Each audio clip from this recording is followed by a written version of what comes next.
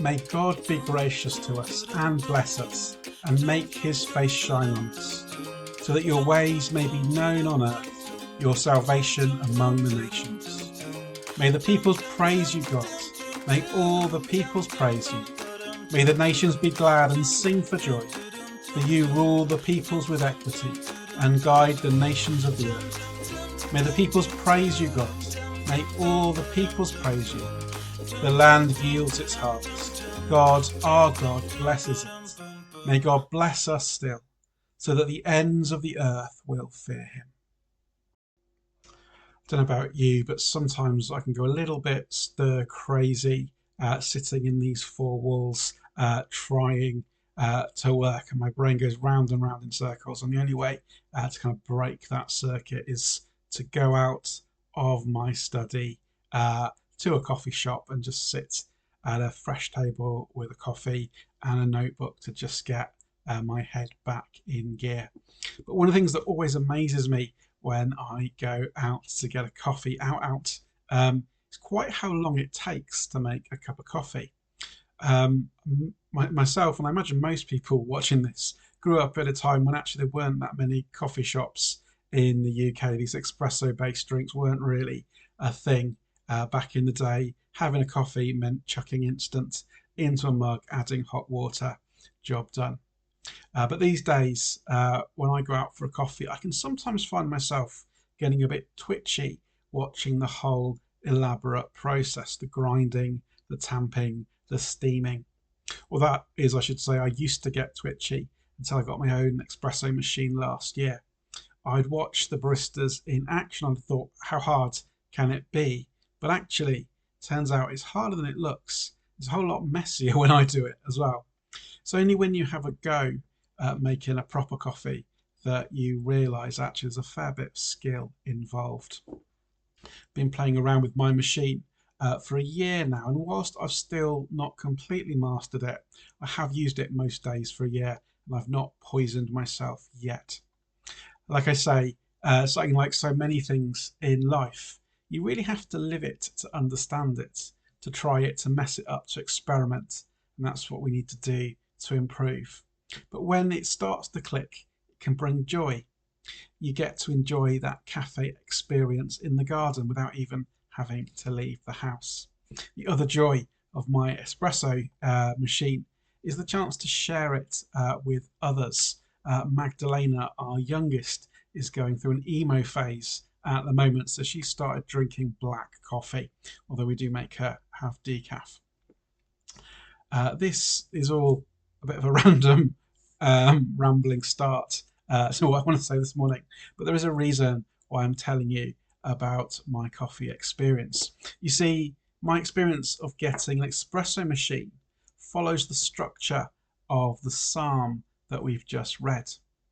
As you may know from my Accidental Lent Psalm series from a few weeks ago, when scholars study the Psalms, they love putting the Psalms into neat categories.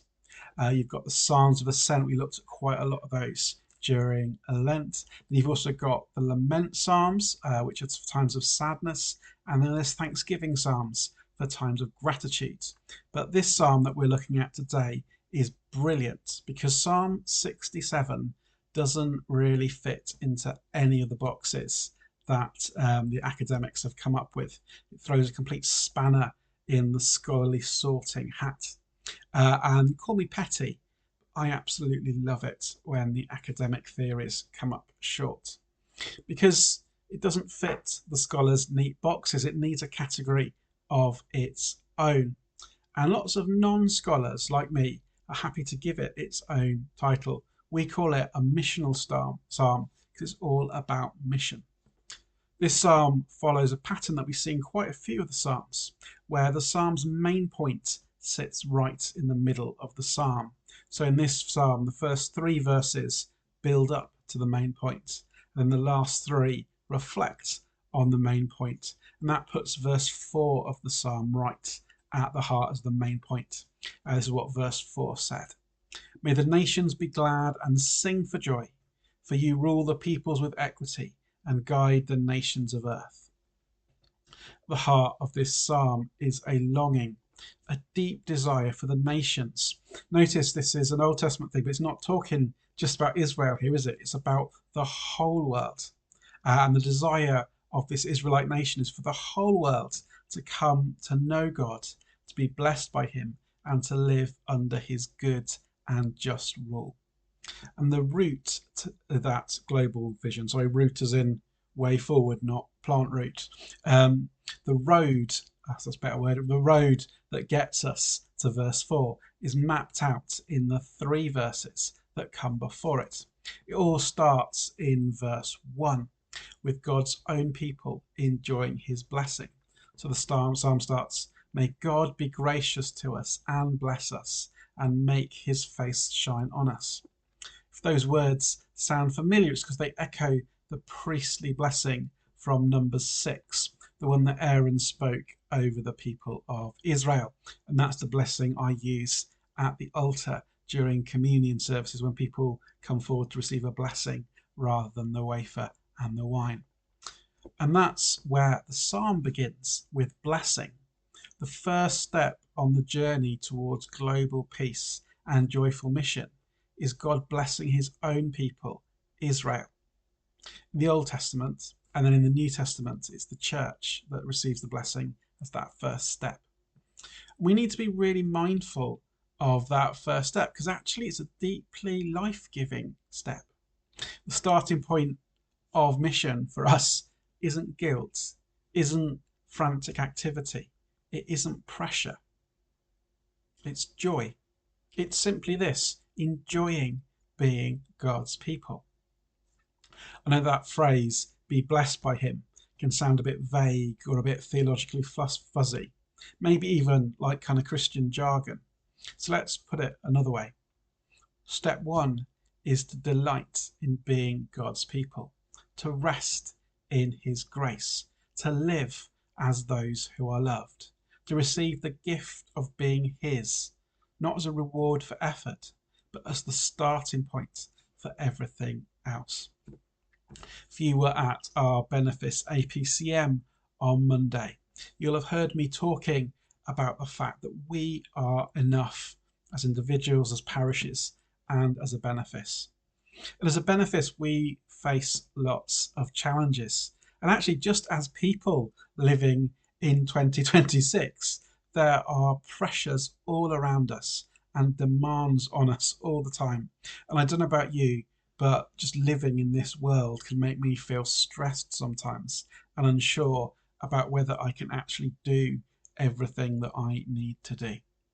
But our Psalm 67, sends out a loud and clear message. God doesn't bring us stress, he brings us blessing.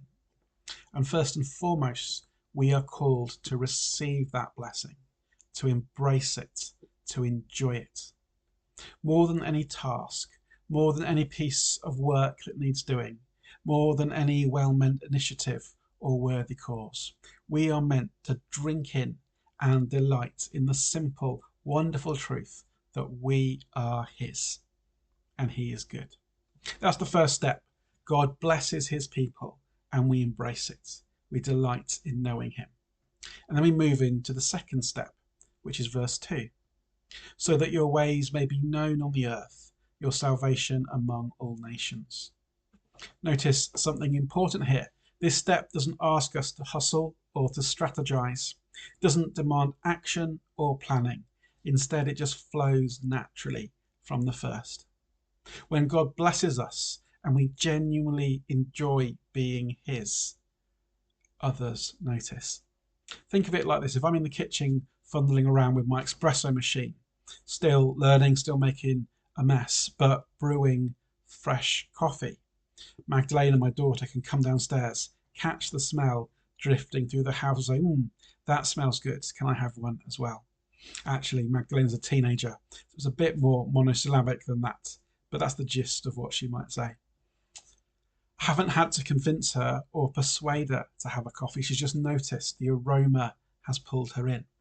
In the same way, when we live as God's people, joyful, blessed and at peace, that life is like the aroma of fresh coffee or warm bread in a bakery, they say you should bake if you're trying to sell your house because the smell makes it attractive, don't you? It's inviting. It draws people's attention without any force, without any pressure. This psalm reminds us that mission doesn't start with guilt trips or frantic busyness. It starts with being blessed, being joyful, being the people that God calls us to be. From there, people will notice. They'll wonder what makes us different. And that's where God's work of salvation begins to spread. So we've seen step 1, be blessed. Step 2, people notice. And then comes step 3, in verse 3. May the peoples praise you, God. May all the peoples praise you. This is the final piece of the puzzle, the fruit of mission. It's about praising God openly and joyfully, giving credit where it's due. If we think about it like this, when people notice the blessing on us, they're often curious. Maybe they see us living with joy, kindness and peace that doesn't quite fit the way the world seems to work. The natural response, and the one that God invites us to, is to point them towards the source, God himself. But this doesn't have to be about standing on a soapbox or suddenly becoming the town crier for God. No one's asking you to suddenly turn into a preacher and stand on a street corner. Rather, praise is simply our authentic response to God's blessing. And it's woven into our everyday lives. It might be the singing you hear in church that draws someone in. Those moments when we raise our voices in worship, declaring who God is and what he's done, and someone walking into church or past church hears that. So actually there's something going on here. I want to know more about that, if that singing is joyful and authentic. It could be saying grace before a meal, thanking God for his provision. It's a simple but powerful witness to where our hope and our joy and our substance comes from. Or maybe it's just how we live and speak with kindness and generosity that makes people ask, why are you like this? And when they do, you get to tell them, it's because God's blessed me and I want to live out that blessing. Praise is the thread that connects the blessing we receive to the mission we are called to. It's not just words, it's a lifestyle of giving thanks and glory to God that naturally spills over into the lives of those around us. So in a way, praising God isn't an extra box to tick. It's actually living out the blessing that we've received. It's how we reveal God's goodness to the world, inviting others to join in the joyful song of praise. So this psalm, if you like, is a call for us to be spiritual baristas, to really know the rich, life-giving coffee of Jesus. Not one of the famous I am sayings from John's Gospel, perhaps. Jesus didn't say, I am the coffee of life. But maybe he well could have done. And as we enjoy that coffee ourselves, may the world be drawn to the aroma of the blessing and joy that it creates.